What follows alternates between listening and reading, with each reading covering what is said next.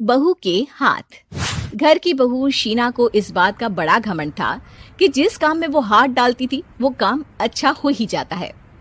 शीना की हर बात में हाथ का इस्तेमाल जरूर होता था। एक दिन शीना का पति आकाश उससे कहता है, कल जो वो भिंडी बनाई थी ना तुमने, वाह वाह वाह वाह, मजे आ गए। मैंने अपने हाथों से बनाई थी। मेरे हाथों में वैसे भी जादू है, जिस चीज को छू लेती हूँ सोना बन जाती है। अब ये थोड़ा ज्यादा हो रहा है। मतलब अगर हर चीज को छू के सोना ही बना देती हो तुम, तो हमारे नाम के पीछे भी मणि लगा देते हम। चुप रहो, मुंह पे हाथ रख लो, कुछ भी बोलते रहते हो। शीना की सास बगिया से पूजा के लिए फूल चुन रही थी। सुंदर, अति सुंदर, कितने प्यारे गुलाब के फूल हैं। भगवान जी खुश हो जाएंगे। मैंने अपने हाथों से जो पौधा लगाया था, मेरे हाथों की कोई भी चीज बेकार नहीं जाती। हाँ बेटा, सही कह रही है। इसीलिए तो तुम्हारे पिताजी से मैंने अपने बेटे के लिए तुम्हारा हाथ मांगा था। और उन्होंने हाथों हाथ में मेरा हाथ आपकी बेटी के हाथ में दे भी दिया था। हाँ बेटा, वो तो है, पर मुझे ये बता, तू ये हर बात में हाथ क्यों बीच में लेकर आती है? माँ जी, पंडित जी ने हाथ मेरा देखकर नैनीताल में कहा था कि मेरे हाथ जगन्नाथ हैं, मेरे हाथों से कभी कोई काम नहीं बिगड़ेगा। तो मेरे हाथों की तारीफ तो मुझे करनी पड़ेगी ना। हाँ हाँ, ठीक ही कह रही हो वैसे। तो मिलाओ हाथ इसी बात पर। शीना को न सिर्फ इस बात पे गर्व था कि उसके हाथ से सब अच्छा होता है, बल्कि घर के सारे काम भी वो पहले अपने हाथ से करती, फिर कोई दूसरा उन कामों को कर पाता। एक दिन शीना कपड़े धो रही थी। अरे घर में वॉशिंग मशीन है तो सही, खुद क्यों थक रही हो? कपड़े पहले मेरे हाथ से धुलेंगे, फिर वॉशिंग मशीन से। पहले हाथ की सफाई, फिर मशीन की धुलाई।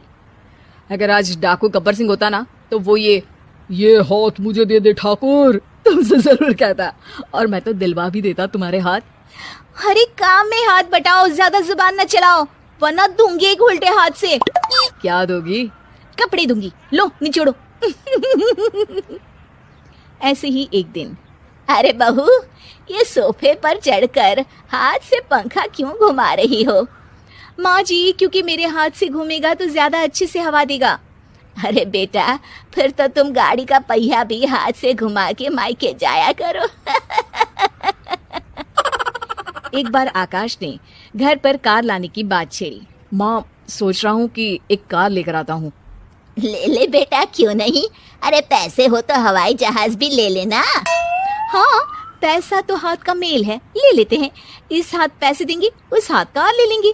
मुझे तो लगता है कि बहू कार भी अपने हाथों से धक्का लगाकर घर लाएगी।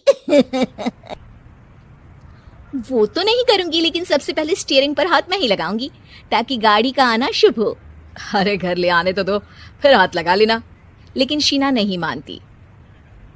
अगले दिन ही सब कार लेने जाते हैं। शीना सेल्समैन से कहती है, भैया ये कार बहुत पसंद है, पैक कर दो। अरे ओ भगवान, 2 मीटर कपड़ा नहीं है जो पैक करवा ले, जरा चला कर तो देखने दो।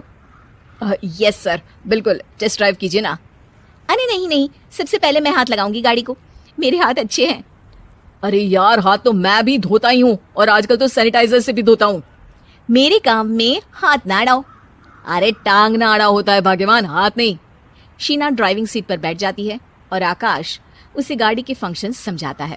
देखो शीना, ध्यान रखना, ये है स्टीयरिंग, इससे राइट लेफ्ट जाएंगे।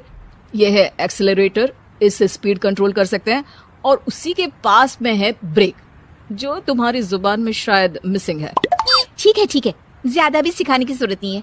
मेरी माँ तो कहती है कि मैं अगर अपनी शुभ हाथ लगा दूं तो जग घूम जाए, तो ये स्टीयरिंग क्या चीज है?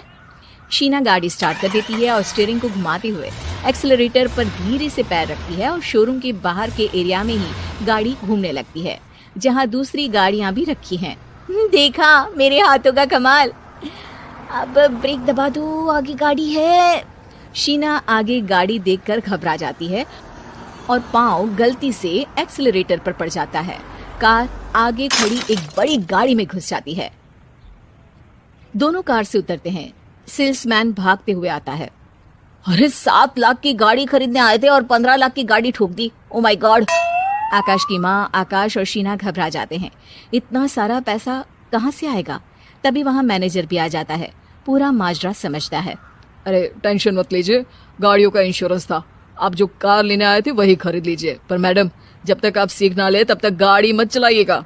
अभी तो आपने गाड़ी बस ठोकी है, जिसका बीमा भी था, लेकिन सड़क पे चलते हर इंसान का बीमा नहीं होता।